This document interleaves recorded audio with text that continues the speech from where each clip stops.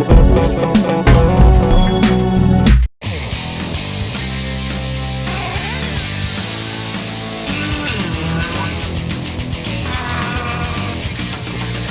Boys with Cool Toys presents RCTV, your radio control authority.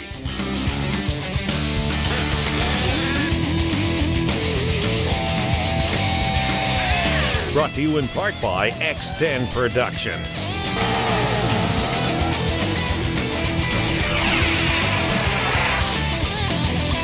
With your host, Nick Rack. Fuel him up and get him on the track. Let's see how he's doing.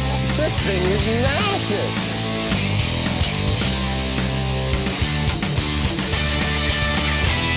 Good morning and welcome to RCTV. I'm coming from the Hobby Show here in Toronto. On this week's episode, we have some cool off-road racing, 1/5 kind, coming from Keswick, Ontario. Then we're going to be seeing a fantastic Beechcraft D18 from the Chatham Air Show. But first, hey, some underwater submarines.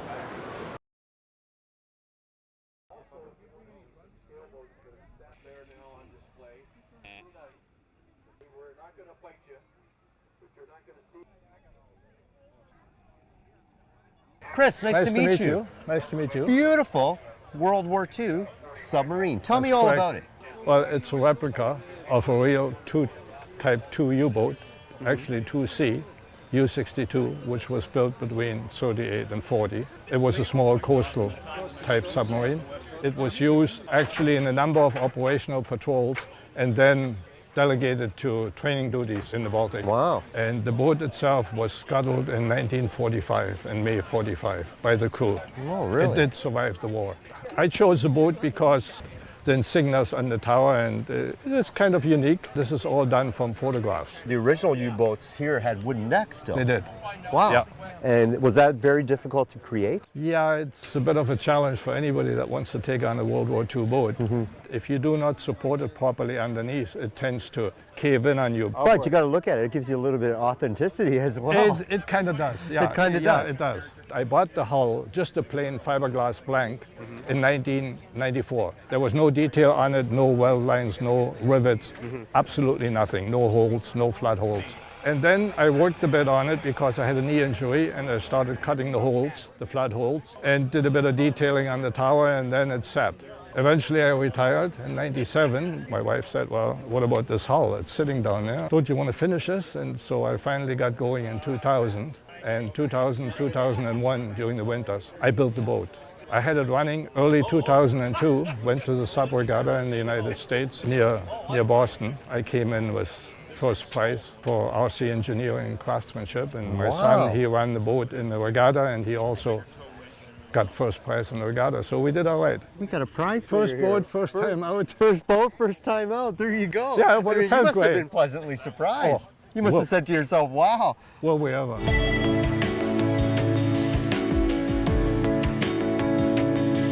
The ballast system inside, did you create it yourself as well? Yes, it's scratch built. Okay, let's take a look at it. I chose a Propel system. I run two 6-volt batteries in series to get my 12 volt, but I have one lying down here and one standing up. That's a lot of weight way up front. So therefore I need foam in order to trim it, so to speak. The black is foam. The ballast system, it's a piece of Lexan tube. It's a neoprene gasket in here. You just make it up as you go. And there is a Propel tank inside, which I made from copper tubing. You have a clipper valve sitting on top that allows you to release the gas into the ballast tank in order to blow the water out of the tank. The tank itself is open at the bottom. You do have a valve up here that as soon as you open this valve, you release the air. Yeah. But the boat takes on water right through The top, where the holes are in the through the top, through the sides here, all these holes. The sides, yeah. And also in the center here, you see some openings, and also in the back. So the minute you put it into the water, the water flows right through the boat. And that is the water that will also push into the ballast tank. Push into the ballast tank. And then it gets replenished by surrounding water, you know. Yeah, wow. And now you also have all your electronics, your servos and everything in a beautiful enclosed case, watertight. I made two bulkheads out of fiberglass. The top, again, it's a neoprene seal that I cut to fit, and the lid itself is Lexan. You can see right through. That allows you to monitor what's going on inside If for one anything thing. happens, And if water you or take anything on pulls water, up. you can see condensation here. You know you got to leak. You got to do something. And I do have a torpedo tube down below. I can fire one torpedo. The center tube is open. The battery should not get Wet inside. take on water inside. So therefore, I seal off the normal vent because the battery has to vent itself when you charge it to get rid of the gas. Then I drill a hole, and it is open while I charge the battery. And when I put the boat into the water, put a little I bit just more putty on a little top bit and of that's putty it? over the hole, and you're ready And there to you go. Works First beautifully. time builder. He's won an award. He knows what he's talking about.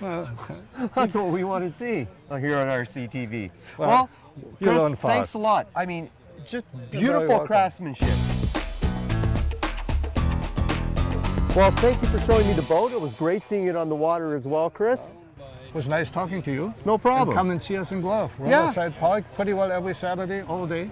We run the boats, and there are a few more out there, so a little more variety. And next year we're going to see a new one too. You probably will. There we go. Take care, folks.